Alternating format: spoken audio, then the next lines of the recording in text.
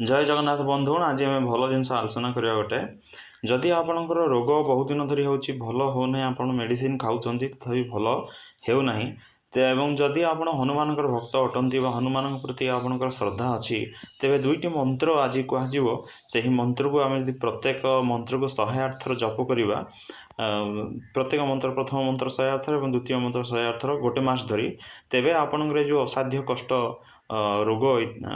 इत्यादि जहाँ भी कष्टसाध्य रोग ता दूर होता है तेरे आप शुणी ना जे मंत्र कौन मंत्र शुणा पूर्व आम शुणी ना जदि आम हनुमान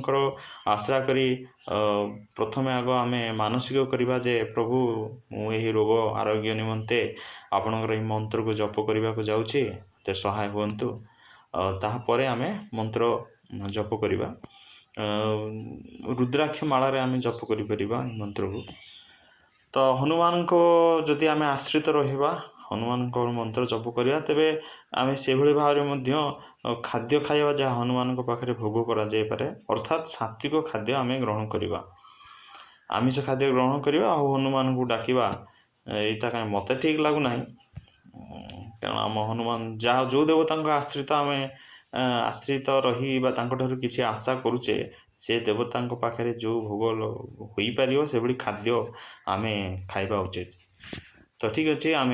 शुणी ना तो प्रथम मंत्र हूँ हनुमान चालीसार यही मंत्र बुद्धिहीन तनु जानिके सुमिरो पवन कुमार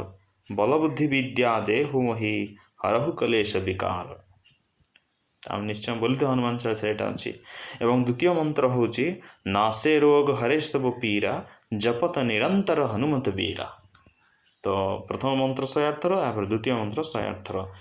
पूर्व किंबा उत्तर दिग मुह करवा कमल आसन में बसवा धला कमल आसन में सबुठ भल ना कुश आसन में सबुठ भल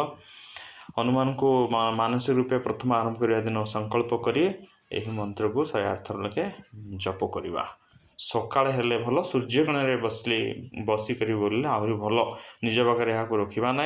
जदि आमर से भाई किसी अच्छी तेरे निजे प्रयोग करने सहित अन्य सेयार कर जनइबा जय जगन्नाथ पर उपकार कले निजर उपकार होता है निश्चय मन जय जगन्नाथ।